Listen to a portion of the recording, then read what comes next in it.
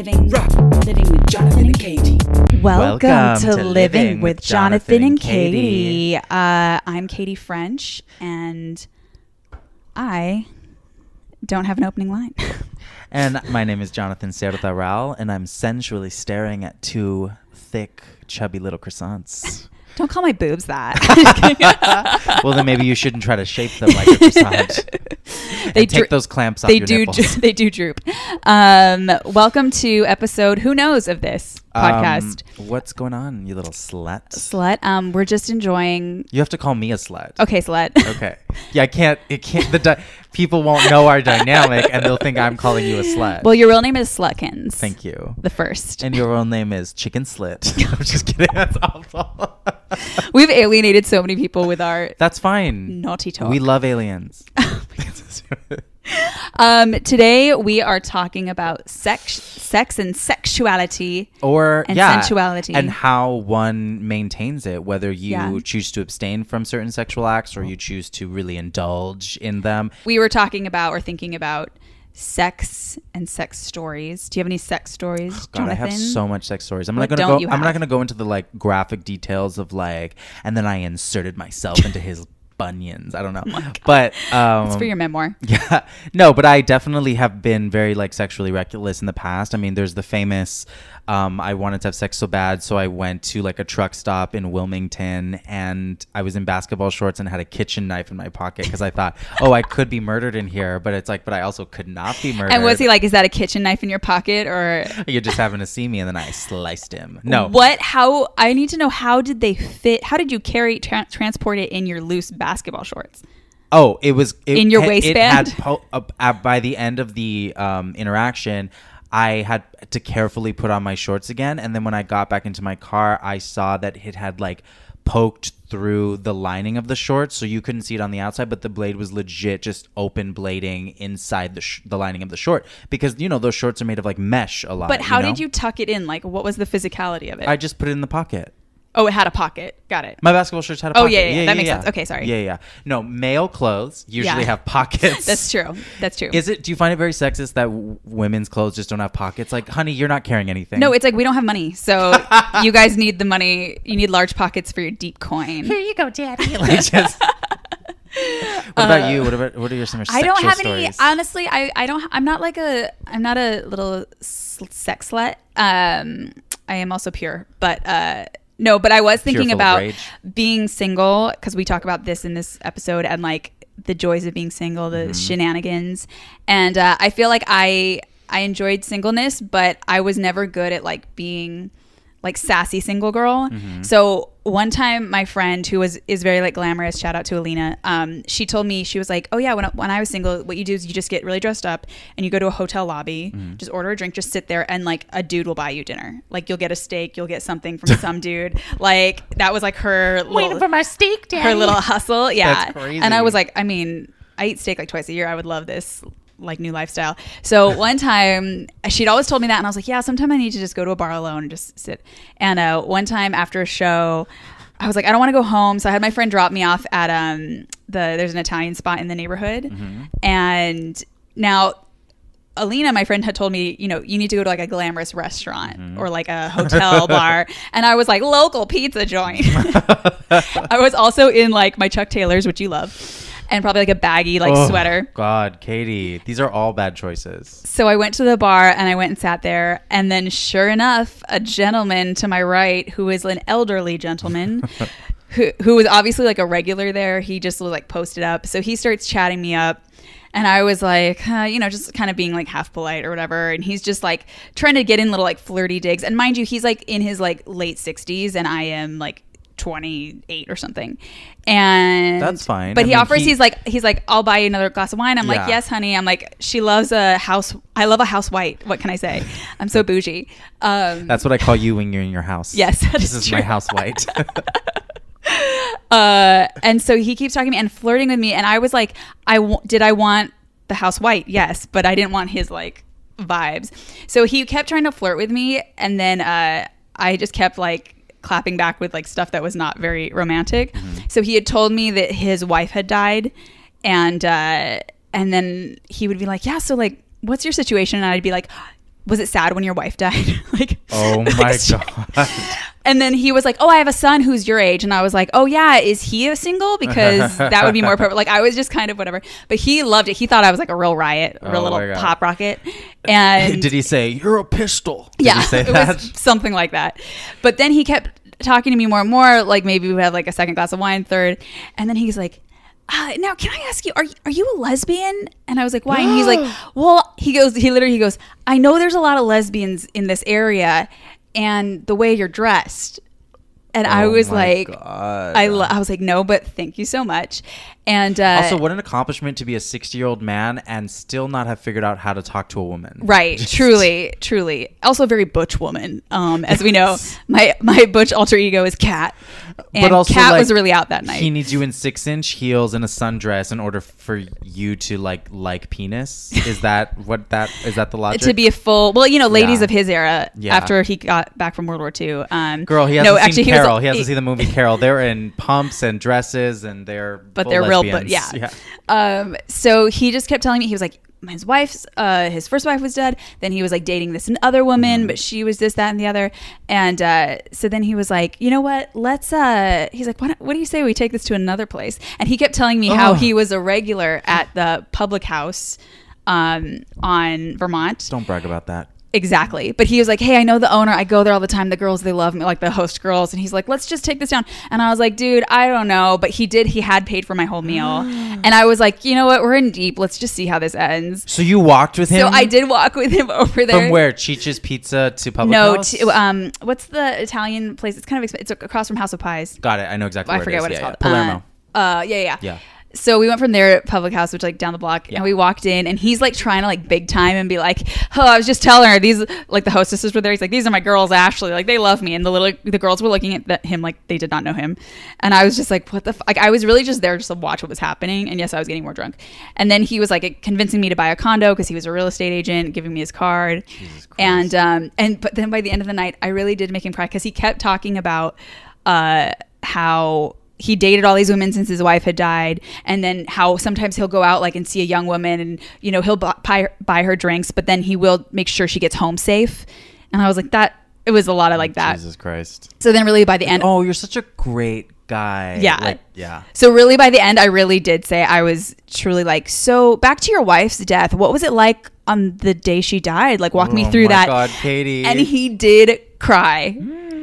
And you won. And I won totally. And then I was like, I'm going to go. And he's like, oh, come on, Katy, like I'm older than you. You should stay out. And I was like, I'm done. But thank you for your card. And he's like, well, if you ever need a condo, just let me know. And I was like, well, Jesus. Can I have your dead wife's condo? Because anyway. So wow, you really are it was really not cold witch. And this is why I love you. I know. It was really like the least Sex in the City moment. It was kind of a disaster, but it was very funny. You know what? It's a very Miranda Sex in the City yes, moment. very much. She would definitely bring up someone's dead wife to get them to stop talking to her. I did, because every time he kept trying to be too familiar. That's ice cold. Do you want to hear something that's more cold? Yeah. One of my earliest hookups, I must have been 18 or 19, still living with my parents, and I had invited this man over to fuck, and he was like a bigger guy. But were your parents on vacation? No, they were at work because it was before they both retired. So I must have been honestly 17 because my dad retired right when I was 17. So I was still in high school then.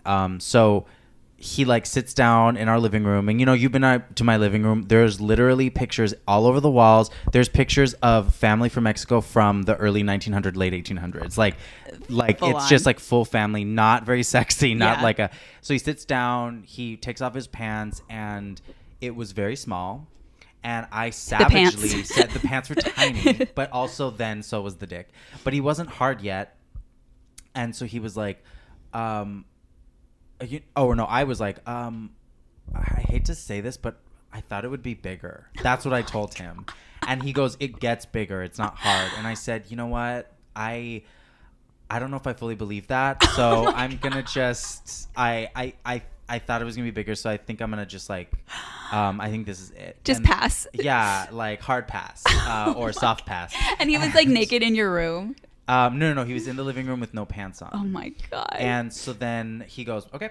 And he pulls up his pants. He walks out. It's very embarrassing. And then he gets into his huge truck and drives away. So, he drove a lifted truck. He drove a huge truck with huge tires and everything. So the stereotype was true. It was a big truck and a small piece. And I'm sure it did get bigger, but it was the size small that it was like, yes, penises grow, but I don't even have faith in how much it's gonna grow from this size to, you know what I mean? Yeah. And I was, of course, savage and full of demons. So I was just kind of like, thought it would be bigger. You should kill yourself. I didn't say you should kill yourself, but then he just drove away. So that was probably more savage, I think, than what you did. So savage. Yeah. Truly. He didn't respond. He was just like, okay. Yeah. Because he was embarrassed. Yeah. Yeah. So I do regret that, but also that is so vicious. I shouldn't have to have sex with someone I don't want to, but I could have made up literally anything else. I could have made up any other lie. Just be like, I just got diarrhea. As soon as I saw it. I just got diarrhea.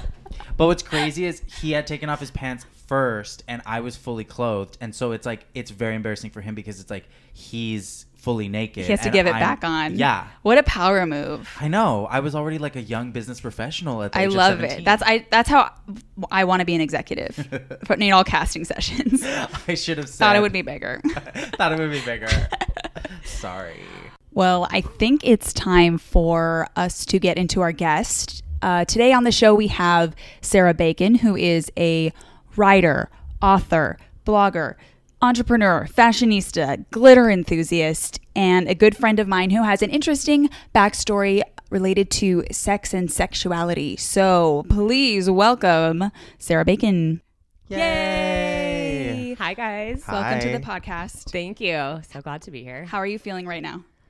I'm feeling cozy. I'm feeling warm. And yeah, I'm really liking your new place. So I love it. Yeah, this is your first. Katie's just showing off her new place to all her friends, and just extravagance. We're so happy for you. I live a goop lifestyle now, and I'm not going to be mad about it. Like, you've been so frugal for so long, and you've saved a lot of money. Where I was just like, you deserve to buy yourself something. And I bought this apartment building. Thank you so much.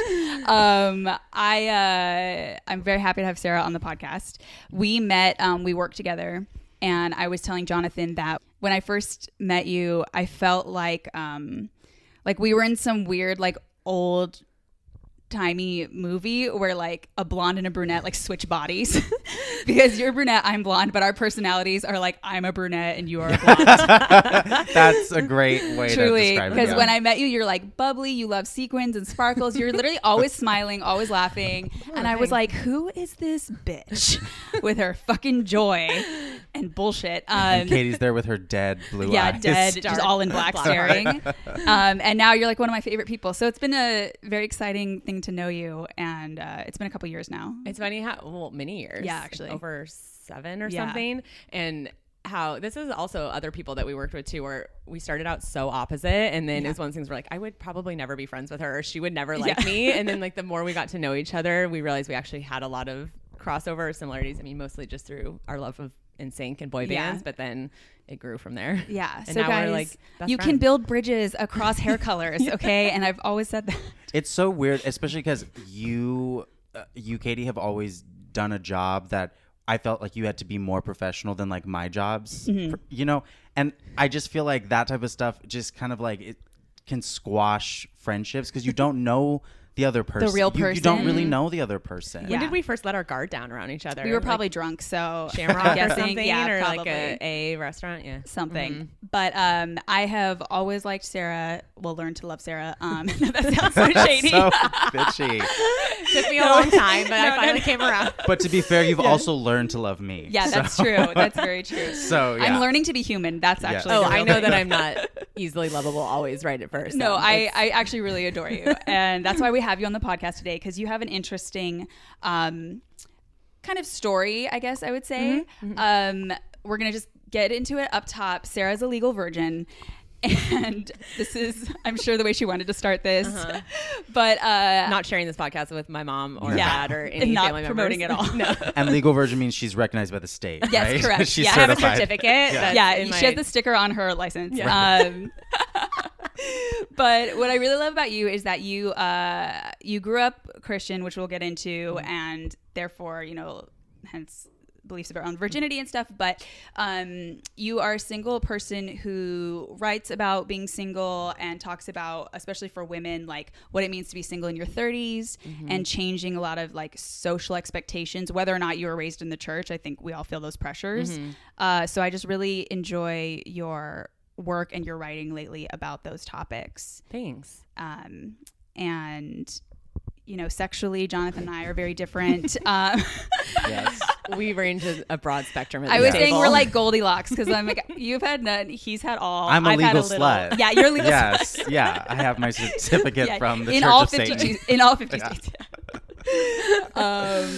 Yeah, so we have different experiences there, but and you're basically, I feel like your sexual history is like Rory Gilmore, like from Gilmore Girls. I don't know that reference. Oh, okay. Well, never mind. What is matter. she? You know what? We're gonna cut it out. No. Does she only have sex with academics? No. She had. It's mostly like relationships. Okay. You know what Yes, I mean? I've been yes, true. I've been a very serial monogamous. Yes. In and out. Right. But I think Sarah also and I have a lot of common because we have just I don't know. We've been kind of single girls in the city sometimes and living our lives. You know, we are the living embodiment of a lot of like mug mantras. Just a lot of like stay queen, stay fierce queen, and what's the one you have right now, which is home is where them fuckers ain't. Oh, That's my favorite mantra. That's my new print. You guys check it on Etsy.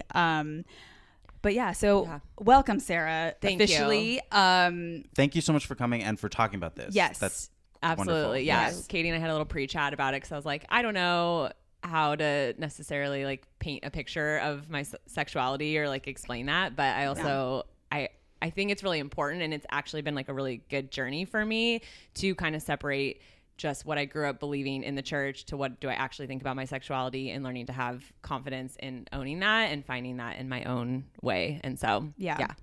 What can you tell us about kind of your upbringing and like thoughts around sex? Yeah.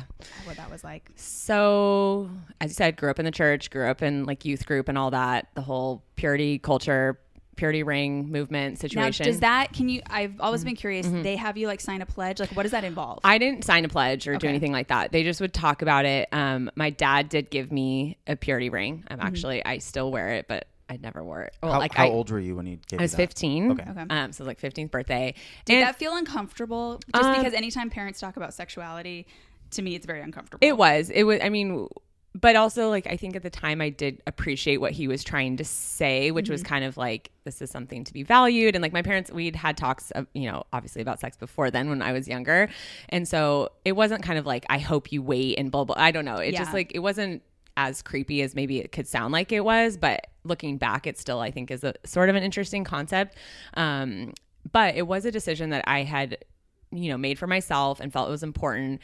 But then I just think like there's so many semantic, like I think the problem with that sometimes in the church is like, it's very this kind of like black and white, like don't do this, don't do that. And then you're expected to like save that till you're married, which who knows when that's going to be. So it's kind of like shutting down a side of yourself that isn't allowed to be expressed in any way, or that's really interesting. Explained how else it can be expressed. Because I don't just think sexuality is just something that you experience like having sex with another person. There's so many layers to it. And so, and then too, like, so to me, what that looked like was, okay, we'll basically do everything up to the line and then don't do that. So that's why when you say legal virgin, like I had qualms about using that word just because I've shifted what I think around that. And I think there's so much like weight that gets put on it. And it's such I don't know, it can be so damaging for, especially for Christians, where that's like, it becomes your most important worth. Like I think your like problem, identity, exactly. And the problem is that you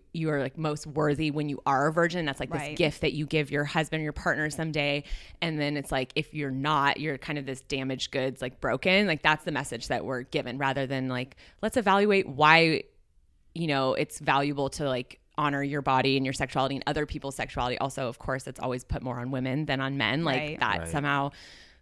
Just a quick sidebar. I dated a guy in college who, and mind you, I had not had sex, but I had done, you know, plenty of other stuff. Exploring. He hadn't done as much physically, and it was like very important to him to marry a virgin and like to have that like very pureness going into marriage, which there's all kinds of reasons why I believe that was. And at one point it was this constant conversation we had to have about like me apologizing for stuff, which I'm like, this is so like it was just so painful because it was like, seriously, like I didn't know you. This was a past thing. Like he tried to like talk me out of saying that I had ever even loved my like high school boyfriend. Oh, wow. Oh, And he's having you apologize for things that after the fact. Yes. Before you even met. Oh, I was in high school and now this was college. That was wild. Wow. Okay. So the statement he made one time, which I will never forget, was he was like, I just feel like it's more common for guys to be the one that were like the wild ones and who like partied or did stuff in high school. And so basically saying that like girls are supposed to be pure and like the fact that like it was harder for him that I was a female and did that, but like it's more forgivable if that had been a guy's story. And looking back, like if I had the knowledge of things that I had now, oh man, that conversation would have gone so differently because I would have been like, are you actually serious right now that is what you're trying to tell me, that somehow because I'm a female, it's more unacceptable that I happen to like, and I didn't party in high, like I was like super straight edge, followed all the rules anyways. So I just was he like, how dare away. You sip another man's latte? Like, no, I don't know. Sharing. That does sound like a sexual innuendo or something. Yeah, sorry, that didn't come out. We'll cut that. No, keeping it in, honestly. So so that was and then it was just like, but then with that comes like the guilt and shame then following any like sexual experiences of kind of like, oh, I shouldn't have done that. And that can just be, it's just exhausting. And it's like, I don't think that that's how we're meant to live. And then as I've gotten older, I think I've separated myself. It's not so much just like, what does God say about this or the Bible or church or whatever. It's just like, I know what feels good or right for me and what comes out of those encounters or experiences after the fact. And so then I've kind of just like, that's how I more model my sexual, I don't know, like sexuality code now or whatever. Mm-hmm. Jonathan, did you have shame about sex growing up? Well, I mean, I did go to like a Christian school, really? a Pentecostal Christian school. So wow. definitely during that time, I definitely had shame about like my own sexuality. And I definitely had this moment where I was like, I wasn't really as concerned with being a virgin as much as like, I was like, well, if you're not gonna be a virgin, at least be straight. You know what I mean? Where it was like, if you're going to be impure either way, but the like lesser evil is to like, my goal was like, oh, force yourself to have sex with a girl, you know, which did not happen during the Christian school era because I was too young. But that also brings me to another thought about you growing up in the church and how virginity is tied to your spiritual purity when spirituality is so much more deeper than just sexuality. And how has that changed for you from you know your youth, like as a adolescent to now, in terms of how you view your spiritual purity? Oh, that's a really good question. I just feel like it's all connected, and so to me it's less of like a separation. Like I think the way that we connect with other people is a form of like sensuality, maybe is a better way to than like sexuality, because I think people just think of sex, but it's like just our sensual experiences in life, and like even like how we enjoy ourselves and the pleasure that we experience in food and in travel and stuff like that. And so I just think of like my spirituality as it just encompasses everything, and my relationships with people and my relationship to my body. And so for me, it's just how I like honor my body. And then and sometimes that looks like enjoying the connection with another person, and other times that looks like, no, I don't want to give this part of myself to someone who I either don't know very well or who not like hasn't earned that intimacy. But to me, it's such an intimate thing that it's hard for me to separate out like the physical and the emotional a lot of times, unless alcohol's involved, which is another story. I've learned the hard way. But yeah, we all have. And meth. Wow, I do not like it when you talk about my past. How could you do those things before you met me, Jonathan? He did meth without me. No, I think you brought up an interesting point too, which is like what the view of sex is. That's actually something that I have a problem with, like in our society, is like, because growing up, especially, I think things like, you know, the cultural dialogues are changing, but especially like for girls of our age, it was like the only sex talk you ever got was probably about like birth control or like not getting pregnant. Like my mom's telling me about that. She also worked in a low income like women's clinic, so she saw like the craziest of everything. But all she told me about sex was terrifying to me, because it was like you will get pregnant and you will die. And I will not raise that child. So get out of my house now. Yeah. Like basically, like fear tactics and like, and it was very like, even now, especially for younger kids, like it's like porn sex, you know what I mean? Just like getting pumped and like all that stuff, where it's like, that is not real sex at all. And like sex can be so like intimate, but also there's things where it's like, you can have sex with somebody and have like no intimacy, and then you can like have somebody like rub your neck and you're like, wow, I think we're spiritually bonded now. Like, honestly, that is something that is 100% true, what you just said about that not being real sex. It is a fantasy. I am fascinated by listening to podcasts with porn performers, straight females, straight males, gay males, whatever type of porn performer. They all say that. They all say how we have sex on camera is not how we enjoy sex when we're actually having sex. We are performing. So the positions we're in, the style, the like speed, that is only meant for you as the viewer's benefit. It's not like what we're enjoying on the male side or the female side necessarily, because it's not it truly is not real. It's a performance. It truly is a performance. So that is something that is interesting, but it also makes me, is a kind of question for both of you as females. Did you first view sex as violent, or was that not in your mind? That's an interesting thing. For me, I felt like I've never been into porn. Never, like, porn always looks to me like a nightmare or a crime. Truly, because it's like, oh, do you want to just get like pumped twice? But so I think for me, actually, early on, all my thoughts around sex were fear. And also, once you start to mature as a woman, like go through puberty, to me, like my sexuality has always been a liability. Like wearing tight clothes, all that stuff. Like I've actually always dressed modest a lot of my life.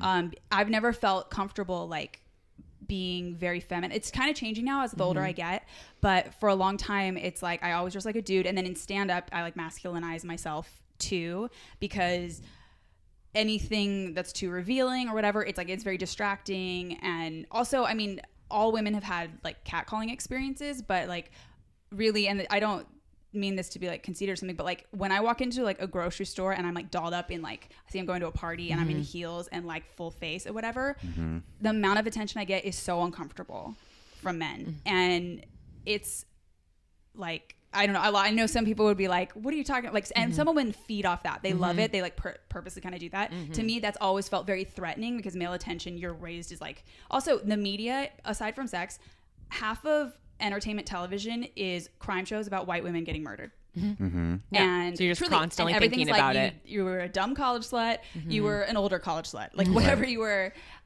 So the media messaging about it is just like, to me, I've always just been like, please don't see me as a female being, because that feels scary. Because you probably will get raped at some point. Yeah. Like that's what true crime tells you. Yeah, truly. It's always just like, it's not I read somewhere that they were like, oh, you always feel like, it's not an if, it's a when it'll happen. And that and you fucks feel you up a lot. These messages, I mean, people have legit said, oh, she was asking for it or whatever. These messages, even subliminally on these TV shows, do send a message that like, you as a woman, you're stoking these fires. So you're playing with fire by dressing that way, by putting on makeup. And it's like, no, that should not be the message. It shouldn't be like that. But because then that's how you get the victim self-blaming themselves, you know? Yeah.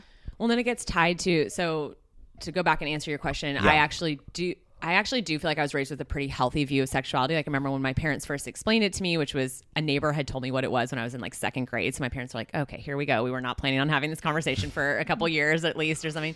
But they, told me like, it's when you love someone and like, it's a beautiful thing. So that was helpful. And I think I've had like somewhat of a healthy view of sexuality. But then, the messages we get from society, I have a lot of thoughts about porn just because I think that it is so damaging to so many relationships and sexuality, and to women of like just and like you I would say hetero people specifically, maybe. Yeah. I don't know. I mean, I've heard on all sides of like how it can affect, and I'm not maybe condemning all of it necessarily. I just, from the studies and the research I've done on it, or like I've heard about it, it's just that like you just admitted, like it's not even real life that we're watching. So when that's how people are learning about it, and so from the mouths of the performers, exactly, it's like that's what they're trying to create, this false thing to feed into a specific, what they think is like fantasy of certain people, specifically, or what you find sexy, males, like straight male, and so. Then I think the pressure of like knowing what happens in porn, like same, I'm not like, I've obviously seen it, but I'm not like a fan of it. It just does not give me a good feeling. And then to know that like, it just puts stuff in your mind of like, I have to perform this way, or like guys want this or whatever. And a lot of times they do because that's what they learn from that. And it's like a template for the male brain to like form their sexuality. And then for us, it's like, okay, so I'm supposed to have like a body fishnet suit with like fake eyelashes. Like, it's like a weird, it's just, it's all fake. Yeah. And one of my absolute dreams is to like turn the sex education on its head in this country and like just approach it in such a different way. Like you said, like just explaining what what actually goes into it and like how to experience pleasure. And like, I don't know, I just think that it's okay for both sides to feel pleasure, because so often it's like, oh, so you're happy, great, are we done? Like like that is not. And I just think that there's so much and even like, so then to circle back to what you just said, I think that it's so interesting, and obviously I've heard that from other women about feeling the need to like downplay their femininity or their sexuality or whatever because of the negative attention it can draw, or being aware of like, even for you, it's like you don't want to take away from your talent or your comedy when you're on stage and have people be, and we see that with like amazing actresses and singers, and it's like all people can comment on is what they're wearing or their plastic surgery or whatever. Which is why we're loving Billie Eilish, because she wears a blanket every I love it. And she just did this Vanity Fair, like it's like a third video in a row where they did like her in 2016, 2017, 2018. And so she or 17, 18, 19. So in this recent one, she just, as the years went on, she was more and more covered up the more famous she got. And in the most recent one, she is like in it looks like a puff. No, it looks like a puffer sleeping bag. That material is really hot right now in fashion, like puffer material. But it literally looks like her collar. It's made out of like the snow puffer jacket type material. It formed like a wall around her face. Like she has to like pull it down to answer questions. And I was like, that is hilarious, and I love that. Oh my gosh. Like obviously I don't want women to all be covered up, but I do love the irony of her, and I'm sure it was intentional, where she's like, I know people are criticizing like, why do I dress this way? She's like, here's a wall that I'm gonna put up. I'm literally gonna do it. And I love people wearing whatever the fuck they want to wear.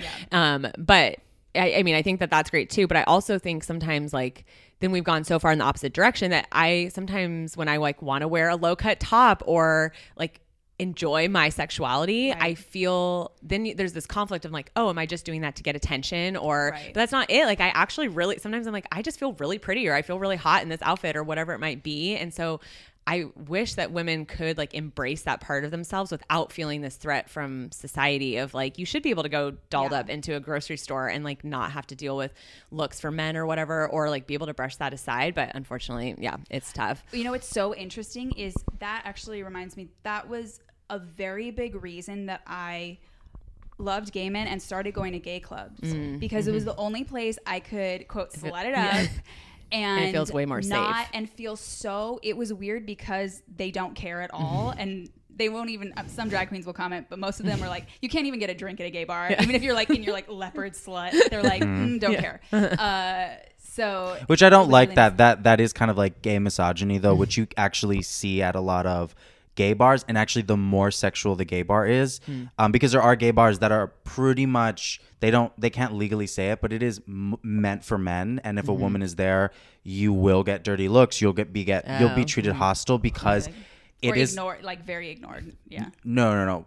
Hostile. Actively. Like if you go to the Eagle or like a fault line on like on a bear night or something, you can. I don't know what any of those things mean. They're local gay clubs. Okay. Like local gay clubs bars, where it's like, so I have seen women legit been like shoved, not like in a hard way, but like obviously like you could have turned to the side but you know, just going right through them to make them feel uncomfortable.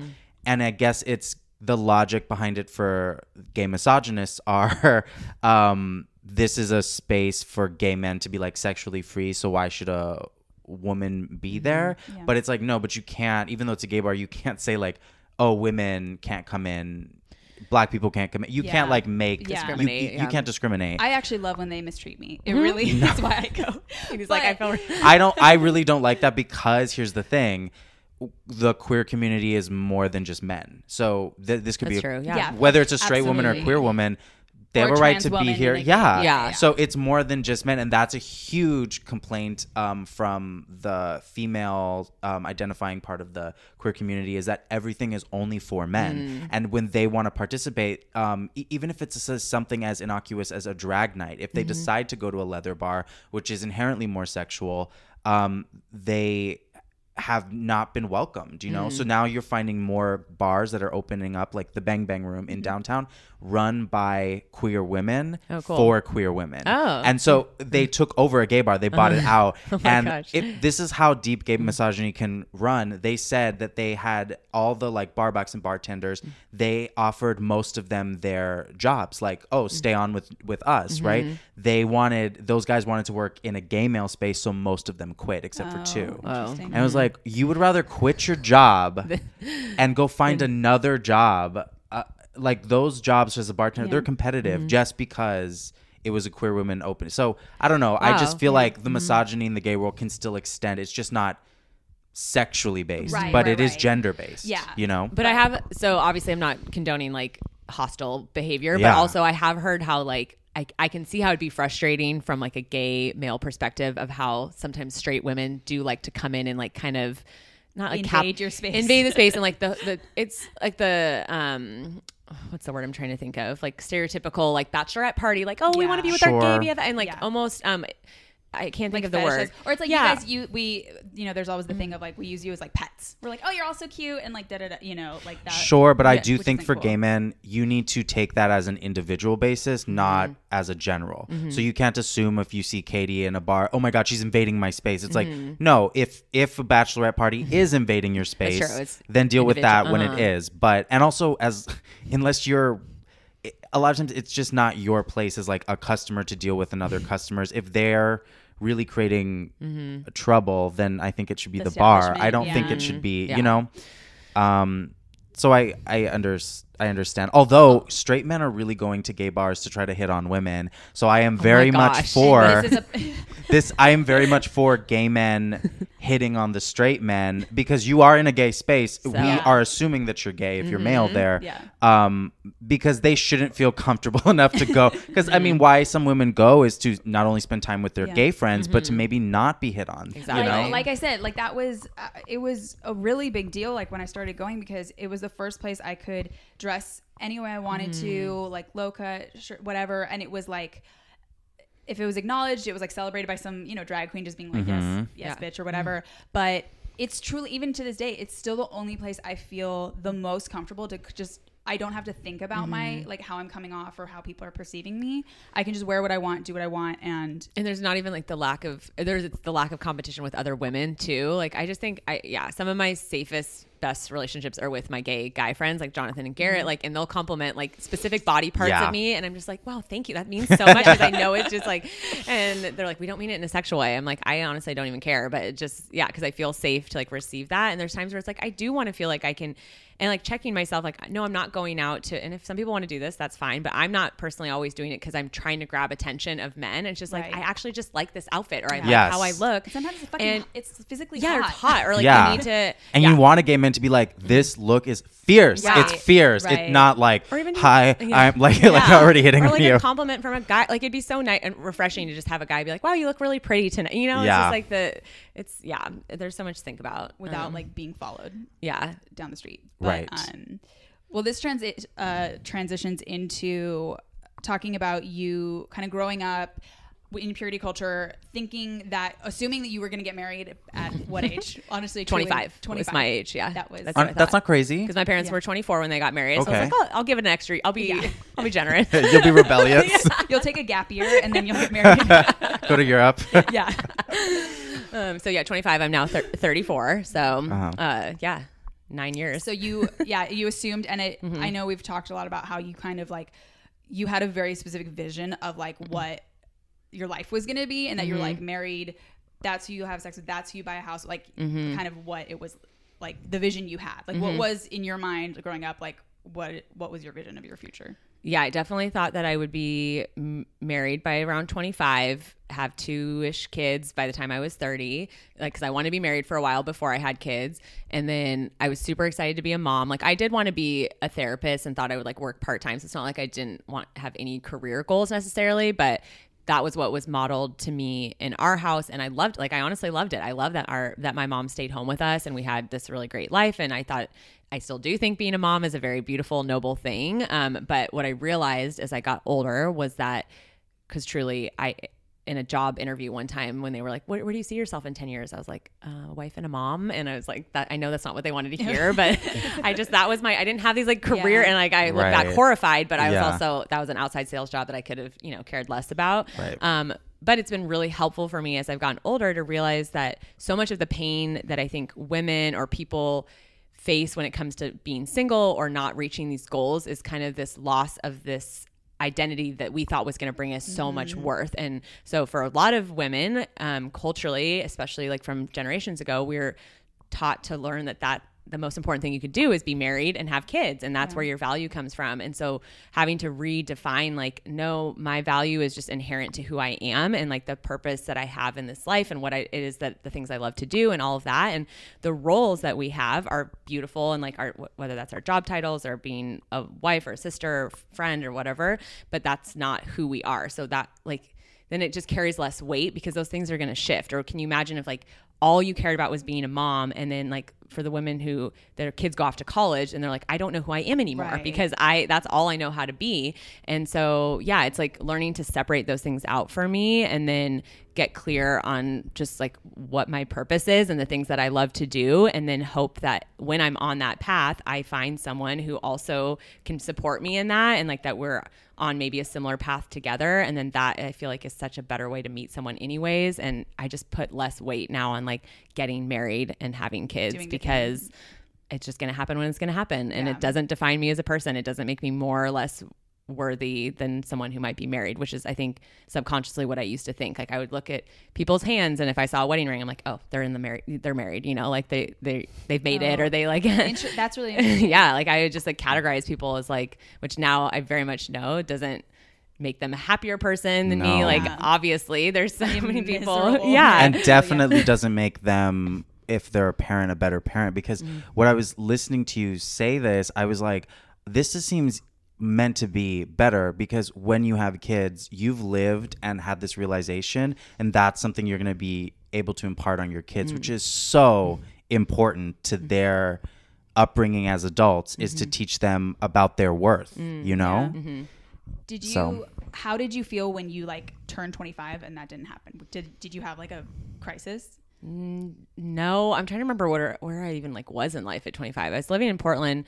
I might have been in a relationship. I mean, I think it like crossed my mind, but it's more so than that every year after that, like whether it's like a birthday or a New Year's, you're always kind of like, well, I thought this would be the year. Yeah. So it was just this waiting, like it feels like this subconscious waiting for your life to sort of begin if you're not consciously shifting that, which is what I started to do, I'd say like a couple years ago, where I just had these realizations where I'm like, this is stupid. Like I am actually waiting for this relationship status, marriage certificate, whatever, to unlock certain parts of my life, whether that's sexual, like, oh, then I can be sexually free, or then I can buy a house maybe someday, or I can have nice things. Like I just was all these things I realized I was kind of waiting or holding back on. And then now I'm just like, well, that's stupid. And just learning how to live my life more fully now, instead of like, this fake timeline that I've somehow made up in my brain. Right.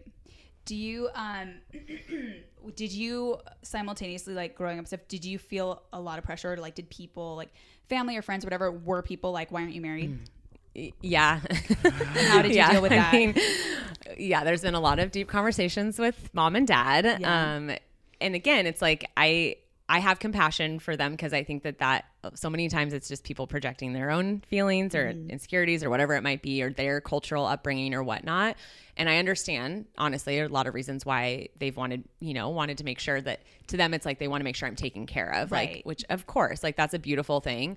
But just times where like the pressuring to go on certain apps or like dating sites, or like asking me how dating stuff is going and not really understanding at times where when I've been like, I actually am happy single right now, or I'm not looking to be in a relationship. Like I don't know. And that just, I think them wanting grandkids, like that is just hard for them to have control over the situation, but then having to explain to them, it's not helpful to me to also have like at times, especially when I did want to get married pretty badly, I was like, you think that it helps to know that you also really want me to get married badly? Yeah. And then just people kind of trying to reassure you, like at my brother's wedding, someone was like, oh, it'll be your turn soon. Don't worry. And I was like, I'm okay. Like that's so condescending. I'm like, actually I'm fine. And then I always knew my younger brother would get married before me anyways. His life is like way less complicated. And, and so, yeah, I think, but I feel really lucky to be in a generation now where at least my friends are so accepting. And I have friends in all spectrums of like single friends, married friends with multiple kids, married friends who don't want kids. And I never feel like an outsider, like people include me in stuff. Like I know other groups of people where when people get married and have kids, it's like they don't know how to relate to people in other circles from them. Their whole life is just like nap times and potty things, and it's like they forget how to be a grown-up sometimes, and like then they'll just ask really ignorant questions. Of friends will be like, so are you dating anyone? And we'll be like, no. And then they're like, oh well, you'll meet someone, and then just like turn and walk away. And it's like, did you want to ask me any other things about my life, maybe anything that I'm doing?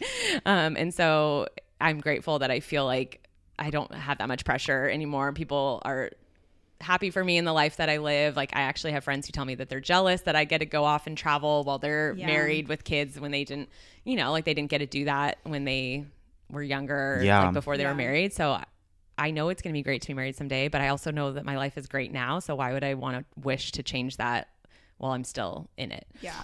And shifting to your decision to, stay a virgin, do you ever feel judgment from men or females, even if they're not in your friend circle, about that, if they find that out about you, or if you say that to them? What's been your experience with that? Yeah, I was gonna ask, how do you approach that in dating? Yeah. Yeah, I mean, it's not in your bio, right? Again, sometimes I feel funny about like saying that word just because I've gotten very, it's not like I'm this pure angel. But yeah, I definitely think at times where I've said that I want to save certain experiences till, and now I would say like at least a very safe, committed relationship. But to me, it seems hard to separate that out from marriage. Like it feels the easiest for me to be most free and vulnerable and intimate with someone if I know that they're going to be sticking around. Like you can explore so much in my mind. And so, yeah, I think that I've had experiences with guys where they'll either, like back in the day, like years ago, like it was a more well-known, I feel like, defining fact about me. And so guys would either see it as a challenge, like kind of like, or they wouldn't believe me. Do they like fetishize you a little bit? Or There was well, they just be like, yeah, right, that's not true. Or I don't believe like, you. You haven't met my dick yet. Yeah. I had like Gary. Her dick, Gary. Anyone who personifies their dick, you need to give it a bad name, like Gary. Oh, I went on a couple dates with a Gary one time.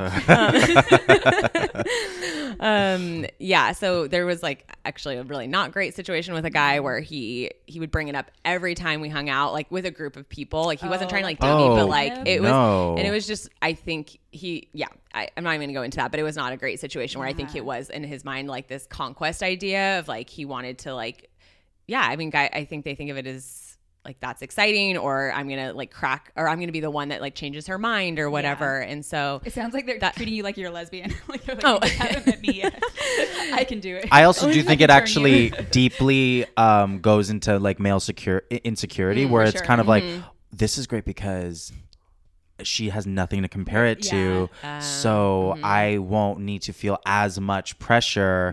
It's like more about them than it is about you know. And then it just, that to me, it feels so disrespectful because it's not willing to listen to my like boundaries and like the people who keep pushing things, like when I've said stuff, and not that it's always on them, but there's been things that I've very clearly said, like I don't want to do this until I'm married or until we're in a relationship or whatever, and like pushing me until it happens sometimes. And looking back, I'm like, that sucks. Like that's not fair. And so yeah, I think it's a mix of things. Like it depends. There's some people who are very like respectful of that. I haven't dated almost at all in the last 3 years. So I don't actually know like how that, I haven't had to have that conversation in a really long time, but back in the day, yeah, I think there's people who've said too, like I absolutely couldn't date someone that is not willing to have sex before marriage. And that's totally fair. Like that's, I can see how it's a very important thing. And I know some people like want to know that there's that connection there, which I still think you can kind of see from other things. And again, it's not like nothing's happening, but yeah, there's been people. It's what,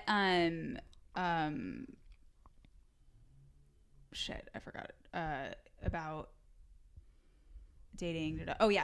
Like at what time do you bring it up? Like what, like first date, like a few in, kind of, you just like vibe it out? Would you tell people like ever before you even met?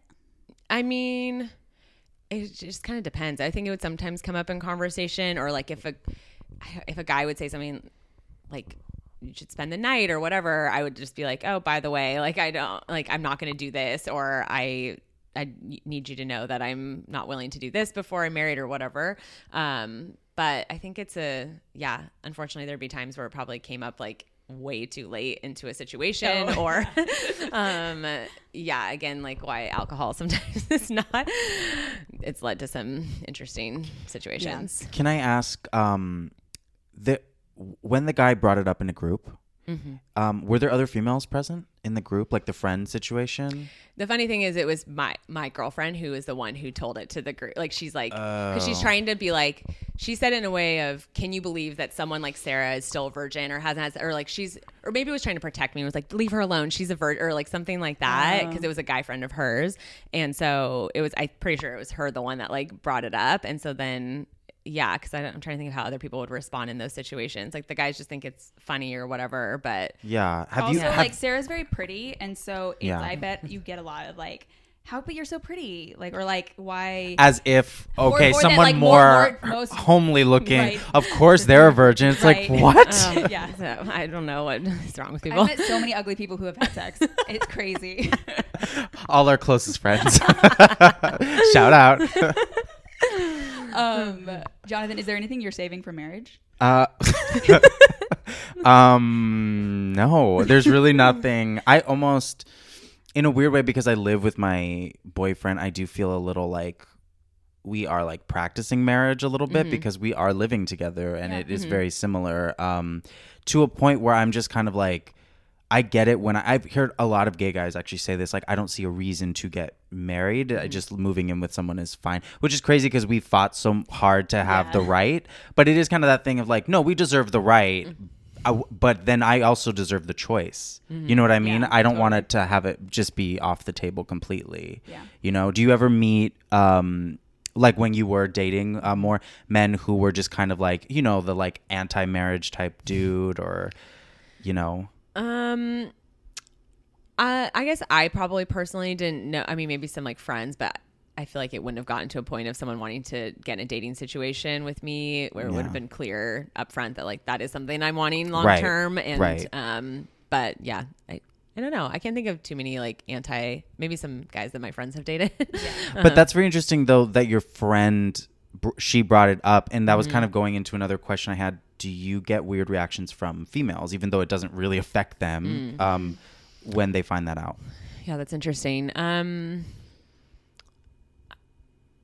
don't know. Not really. I mean, I think people are like encouraging or understanding about it, or like understand why I would maybe make that decision. And again, it feels like I know enough people who are so into honoring everyone's unique path as far as like, if that's what feels right for you, great, do it. If you're listening to your body and that's what feels right to you, then good for you. So I haven't come across a lot of people who are like very judgmental or closed-minded one way or another about that. On the flip side of dating, have you dated dudes who are like, I feel like, have you found any dude, like, meaning I feel like, especially like maybe on Christian apps, like that's more common, like, I don't know. Well, I've never been on any Christian apps, but no, I haven't really met any guys that have. Interesting.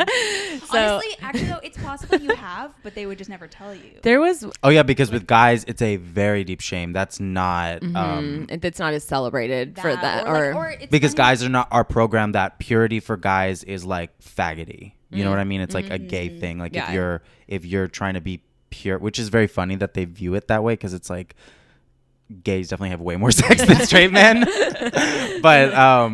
But yeah, that's kind of what I like. Like if a guy, I cannot imagine a guy being like, oh, I just kind of want to, you know what I mean? Publicly saying that, which maybe there's something wrong with that where it's like, that's okay if a guy wants to wait. Well, I think it's pretty rare to find that. But I'd say in the church, the guys that I know are somewhat on that, like they understand that, or maybe some of them have. Like there was one guy I think I dated that I feel like he was at that time, and then that he's not married, but I don't think he is anymore. But it's pretty rare to find a guy. So I've given up the thought that like that would ever be like I'm gonna find that on the other side too. But again, it's not like doesn't matter. It's not like this thing that you have to give to someone as a gift. Like I do think it's a gift in the sense that I've listened to my body and I've tried to do things that are honoring to that, but it's not like my worth. Right.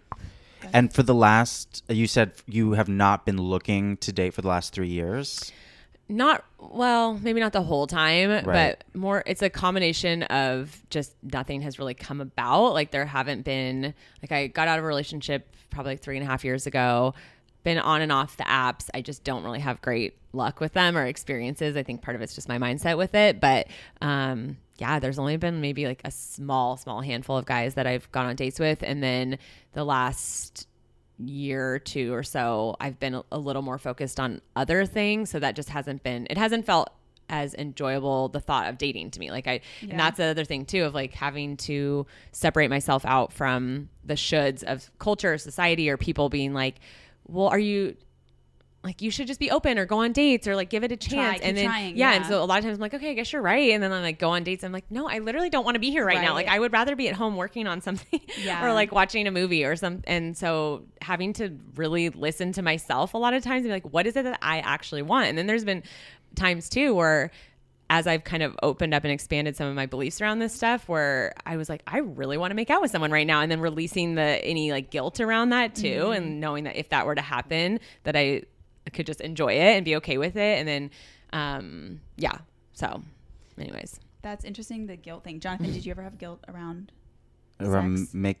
I mean, early on, absolutely. Especially with like having sex so young and then with like grown men. I definitely had a guilt where I would be like, that was my one slip up and God understands and I'm gonna move past, and then it would just like happen again and again. The guilt came from like a religious side then? Okay. Yeah, and then I slowly part, not the sex part. Well, I mean both, but definitely more the gay part. Going back to that, I definitely was like, okay, if you're gonna be like a slut, then be like a straight slut, you know?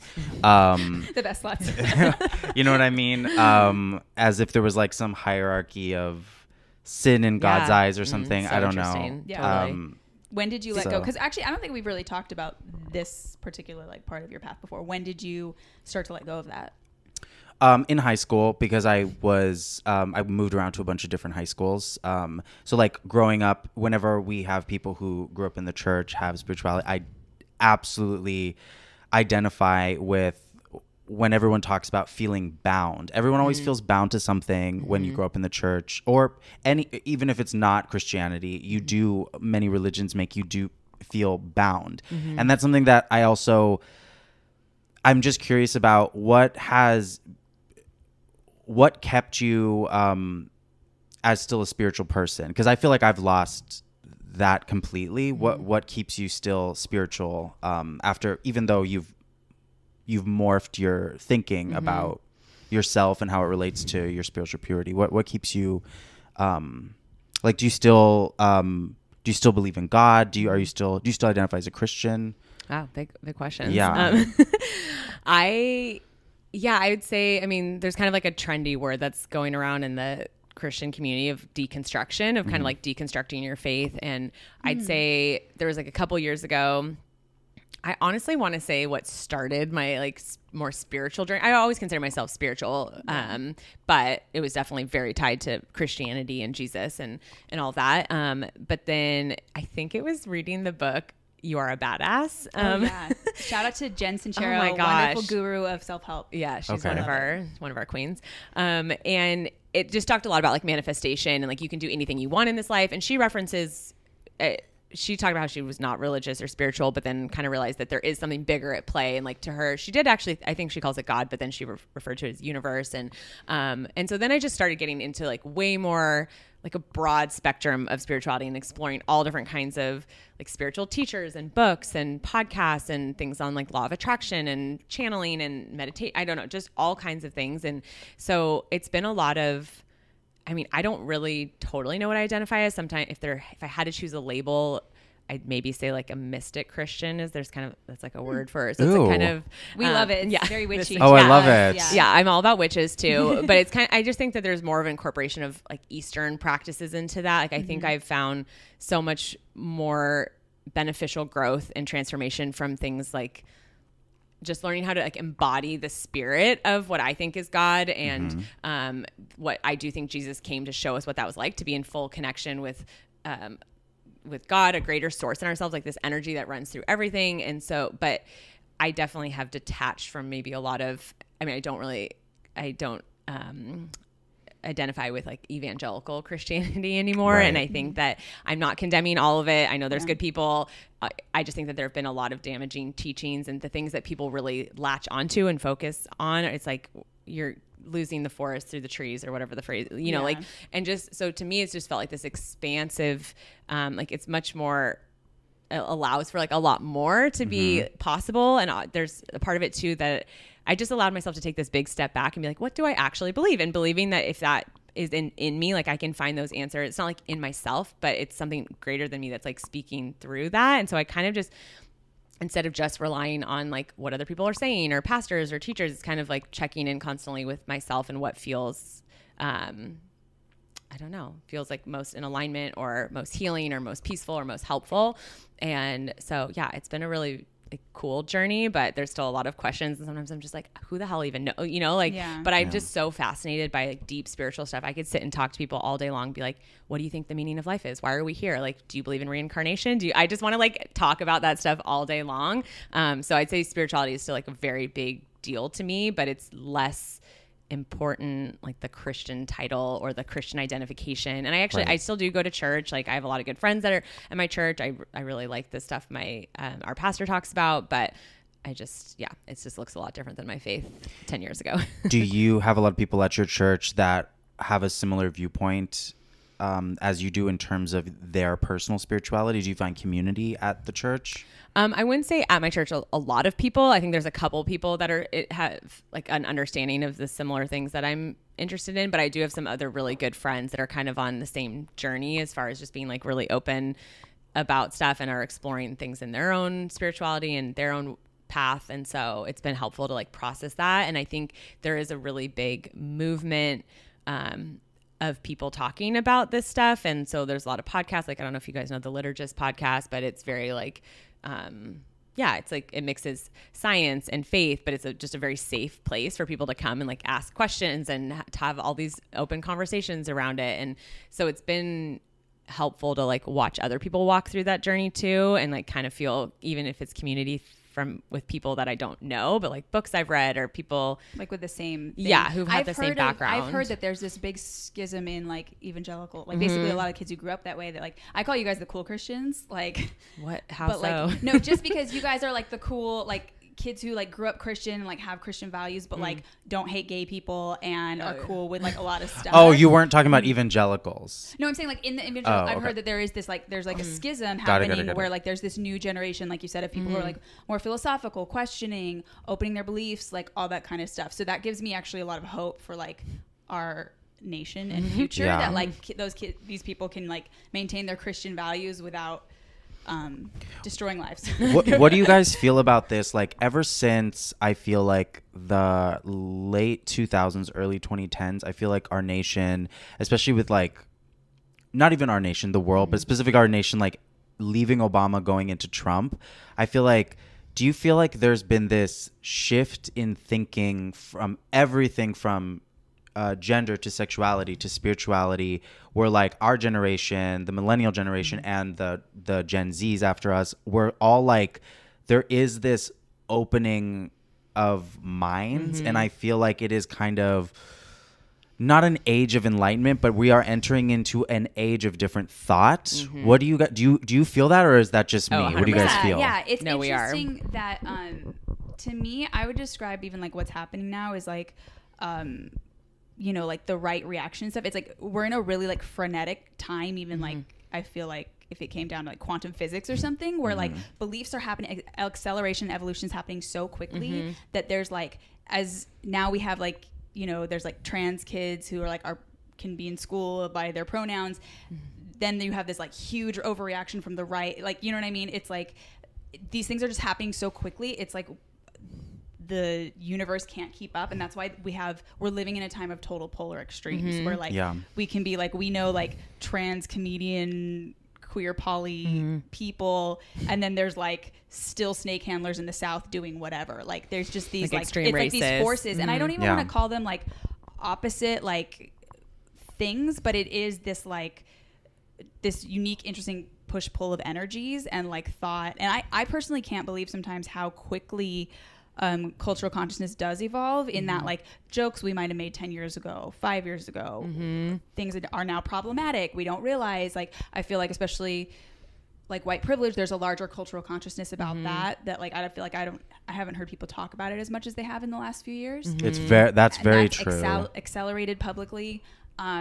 So it's pretty crazy to be like, wow, in just the time we've been doing stand-up, whole subjects, whole things, whole words have completely changed. The OC went blue. Oh my gosh, yeah, it's true. That is legit a shift in thought. Yeah. I absolutely. I mean, I have so many thoughts about this. I could talk all day, but I agree so much with what you just said, and I think what you mentioned about the Obama to Trump situation, I honestly think that's kind of what kicked off a lot of people, like younger generations, waking up a little bit and leaving the church, because they realized, if there are people who are defending Trump as this evangelical, like he is this picture of Christianity, something is seriously wrong. Like this is not what Jesus came to do. And so I think it's like this step back of kind of like, what actually does it look like to be a spiritual, like healthy, whole person? And like not identifying with these sides so much, and being guided. I don't mean this in like a big flowy, flowery way, but like being guided by love and openness to things, and kind of just, I don't know. It's like there's so many moments where I think I'd been conditioned to believe a certain thing for a long time, and then you just all of a sudden you're like, wait a minute, why am I like, how could God possibly be against gay people when they are literally born that way?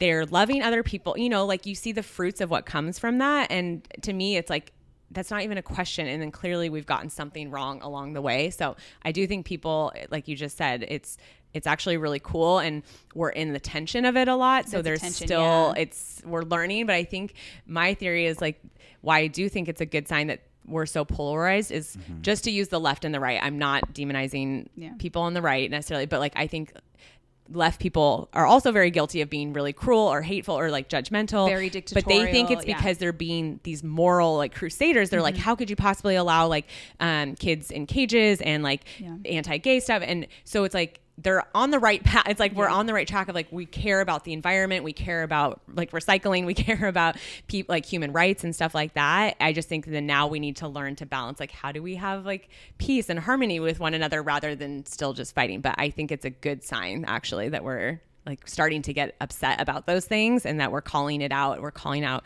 like the patriarchy and misogyny and like all the Me Too stuff. Like it's a mess right now, but it's also like, thank God, it's about time that like this stuff is coming up. And and this is why I love that we have you on, because we do live in a time where there's so much conversation about polyamory, polygamy, be open relationships, a lot of sexual ideas that in the past have been viewed as promiscuous or taboo.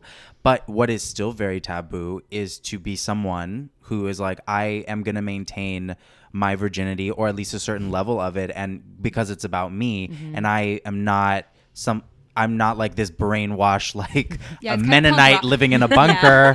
I am a grown single woman who is making this choice. That is kind of radical, one could argue. It is true. Yeah, I guess. I think that's true. It's like not having tattoos. Yeah. Do you feel like there's enough talk about people have made similar choices as you, or do you think it's dominated more by the other end of the sexual spectrum?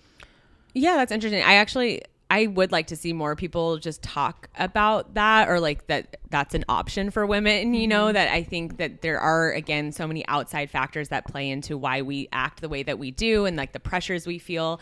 And so it's just my like dream for women and everyone would be that we learn to like sit with ourselves and like, what is it that we actually want? What actually feels right and comfortable to me? And so I hope more people can like hear that for themselves, because it looks different for everyone. That's the other thing too. I think trying to project this like one path onto everyone, or one doctrine or morality or whatever, is not necessary. Like that's not going to work. Like everyone has different things that feel right or comfortable to them. And so, yeah, I just would love, I mean, if that's the right path for some girls, I would like them to just know it's okay to like say no to things that don't feel good or that don't feel right. And it's okay to wait for certain things or to feel safe in a situation or environment, but then also to like, you're safe to also embody your sexuality and be fully like a sexual being. And it doesn't necessarily have to look like expressing that with another person too, like that, just because you don't have to shut yourself down. Like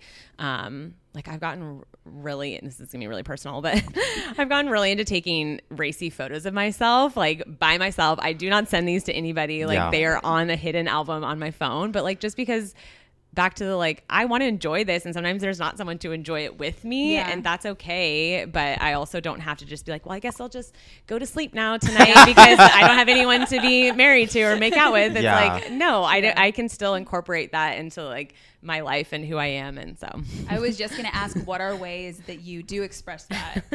I mean, I identify with that. I have so many pictures, and I should probably put them in a hidden album, but they're like, I didn't even know that existed until recently, and I was like, thank God. But I've taken pictures of me just like in jock straps, and I wasn't even gonna go out that night. Yeah, I was just like feeling yourself. Yeah, I'm just like, no, because I used to have like a Netflix for jock straps subscription, where it's like this Australian company would like send you weekly jock straps. So if sometimes what's it called? Doing the Australian accent? Daily Jocks, I think it's called. Yeah, Daily Jocks, and you don't get them daily. I guess you could, but I got them weekly, and there's some of them you couldn't choose. That was like how I got it, like a low price. So some of them I'm like, these are hideous. I'm not wearing them. They're like lime green and black. I hate that. But then other ones would be so cute. And I was like, I'm trying these on and taking a picture. Yeah. Like I have to. And then I would just kind of walk around with them, you know, even though, you know, just because you feel sexy. That's what I do in power suits. Just doing power poses around the house. With a cigar. Just like, yes. See, whatever works for you. No, I really like that though. And I know we've talked about too, like just like the sensuality of like oils and like scent, like exploring sensuality too, which I think is actually is like even better than sexuality in a sense. Like, I mean, they're blended sometimes, but like I actually could enjoy that so much more than just like wham bam. Especially as I've gotten older, and because I've had a lot of sex, sensuality became very, very important because it becomes less exciting. And there's something when you're just like fucking, you mean? Yeah. And you need some type of sensuality kind of to bring you to that place. I feel like it's almost like the boat that takes you to where more intimate too. Yeah, absolutely. So, I mean, you remember there was a point where, I mean, we talk about me being a slut, but legit have not really hooked up in crazy ways. For like 3 years. Yeah, you haven't had to take any knives to hookups. No, which I did. I used to have to do. Yeah, which is also to show you how lizard brain male sexuality is. You will put yourself in front of a moving train to get what you want. I mean, males are. I do think this is part of the male curse. Is like you are a danger to yourself and everyone around you when you're horny. You know. I can see that. It's true. There's actually a guest we're going to have on tomorrow, a comedian, Greg Edwards, always says like that is something that just is inside males and needs to be, you just need to manage it, you know, because it's not anyone else's responsibility to like accommodate that, you know? Well, and I think, because sex then can become so transactional. It's just like, oh, let's do this and this. But Yes. sensuality to me is just presence. It's just like, which then to me, I'm like, how much more enjoyment do you get from like being fully in your body and fully experiencing it and feeling the pleasure and like, and yeah, some of the other stuff I do like is like, I give myself like back massage, or I give myself like, I just like rub my body. Like I feel so good to just like to rub my legs or rub my arms. And that sounds, sometimes I'm like, should this feel pathetic? But I'm like, no, I know how to like comfort myself and how to soothe myself. And then essential oil. I basically, my routine is just to like slather myself in oils every night, like before bed. And like an Egyptian like queen. Yeah, something like preserving my body. Yeah. But yeah, it just looks like so many more things. And I think just expanding the definition of sensuality and sexuality to remind people it's like, no, you can still be a sensual being if you're not having sex actively with other people, or yourself or whatever. You know, there's just all kinds of things like when you look around, you're like on my walk every day, like smelling roses to me is my favorite thing. Like it just is wild that there's flowers that smell so good just in nature for us to enjoy. That's wild to me. So yeah. And then pasta is also my love language. Food. There are absolutely. Everyone has their own sensual foods that just get it going for some reason. For me, it's spicy things. Okay. Anything spicy. For some reason, afterwards, I always feel very like alive in that way. I don't know what it is, but very stereotypical. But what's yours? Ice. That's so. Honestly, though, that's not crazy. There are people who do like ice, especially if you use it in foreplay, like ice around the body. Yeah, like actually, that would make me. I'm always cold. But no, but I like. I've been trying to be more. Presence is a hard thing for me, and it's also why I like. Actually, to be honest, when I feel the sexiest, when I'm dancing. Oh yeah. No, that's such a sensual thing. It's very interesting because it's the only time I'm in my body. It's it is a place to also because again, thank God it's like straight women and gay men in the slut hip hop classes. So I can be like, drop it, twerk it's a whatever, creative expression. Being like, and I have so much fun doing it, but without being like, I'm trying to like make tips right now. Right. You know? And also dancing. No, the real thing is dancing with my hair down. Oh, like whipping your hand around? Your hair is down. Yeah, like when I take like a modern contemporary class and my hair, I don't wear a scrunchie or like a hair tie. It's just flipping around. I love that. Like literally, it really does make me feel so good. And that's the little thing about me. It's very Mila Kunis in Black Swan when she was like, did you folks see Black Swan? Yeah, as if a ballerina would ever have her hair down. So there was a part where like... I know the concept of the movie. But. Right. Natalie Portman, it plays the ballet dancer who is so like, she's repressed. She always holds herself tight and bound so tight and bound. And she's repressed by like her own ballet technique, meaning when she dances, she's repressed. It's all about getting the steps right, and her instructor brings her over and like points across the room to Mila Kunis's character, who has pretty good technique but is not so concerned with the steps, and she has her in this like iconic scene, she has her like long hair down and is doing these like fouettes like with her hair just flipping around. He's like, it's not as controlled, it's sensual because she's enjoying herself. She gets some of the technique wrong, but it's okay because we just can't help but pay attention to her. And that just reminds me a lot about like dancing, sexuality. The only wrong part is every ballerina on like, if you see it on a YouTube, is like, it would never happen. You would never be allowed to take your hair down in like at the American Ballet Theater. They were like, absolutely not. But I really do love that. And I try to be more, or even like moving into like my new space, like I've been really trying to make it everything I've ever wanted without like being like, don't do that. Like I was like, I want a white fur rug and I'm going to fucking get one. And I have two. Love that. Yeah. And also remember I have this book. It's called, it's something like Everyday Simple Abundance. It's one of these like self-help middle-aged lady books. And it's every single day, it's like something to do, but it's really ridiculous. It'll literally be like, wear a kimono and make a make a delicious toasted apple, and it'll be like a recipe for like a baked apple, and then it'll be like, this summer switch your handbag out for a basket. Oh my God. That's so witchy of you. I just picture you in like a little cauldron putting an apple inside boiling cider.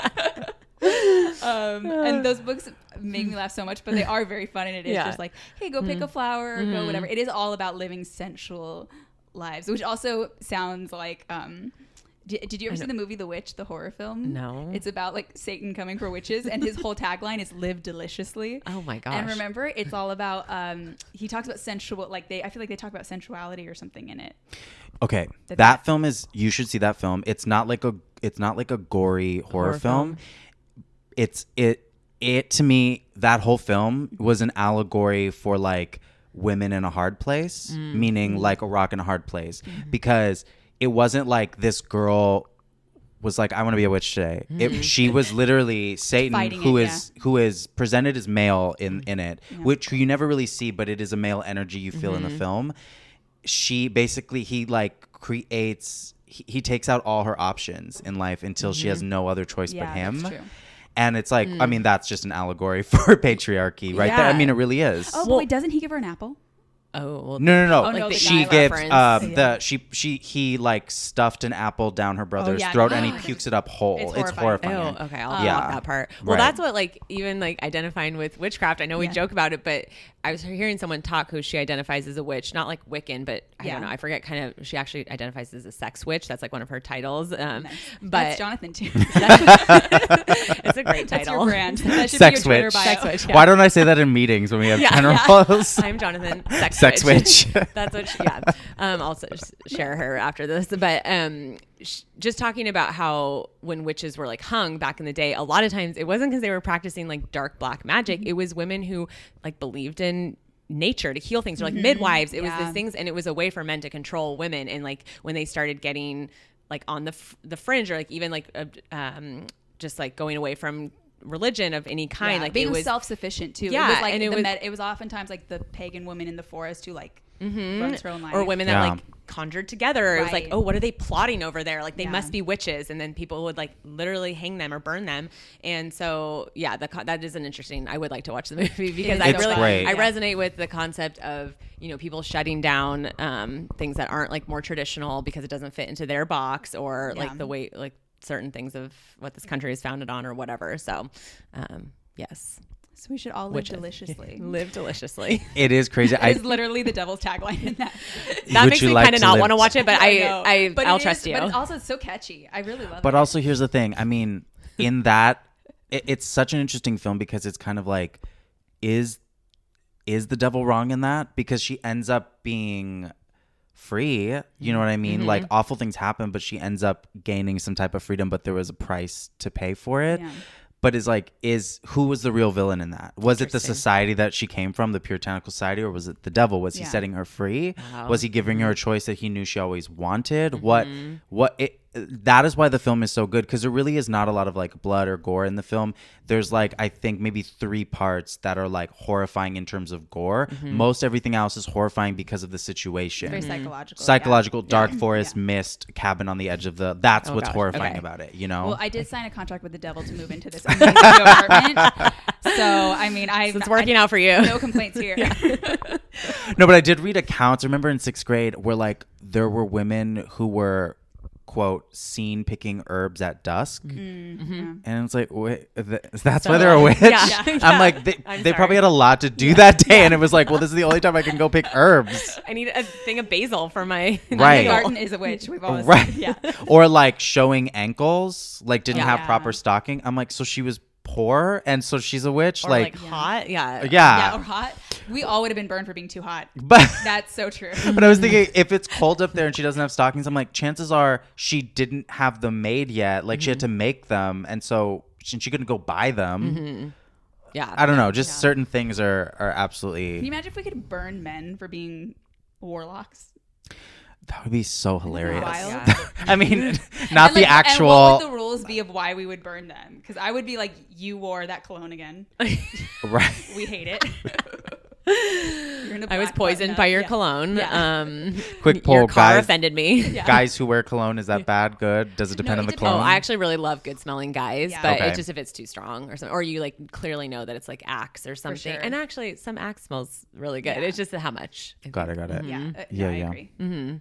But I'm a sucker for good smells. Yeah. Well, I think we did it. Is there any? Yeah. Any other cover it? thoughts? I feel like Katy, I had more questions for you, but that's okay. That's okay. We can go off mic. But Sarah, where can we find you on social?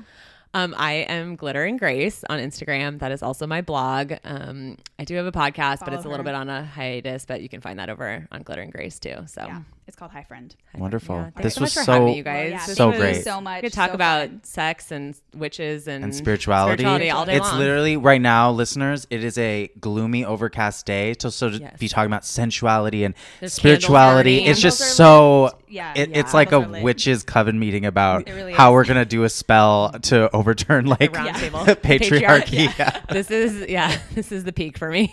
Yeah. Perfect. Well, thank you so much for being here. Thank you so much. Thanks for having me. Bye. Living glam, living rock, living with Jonathan.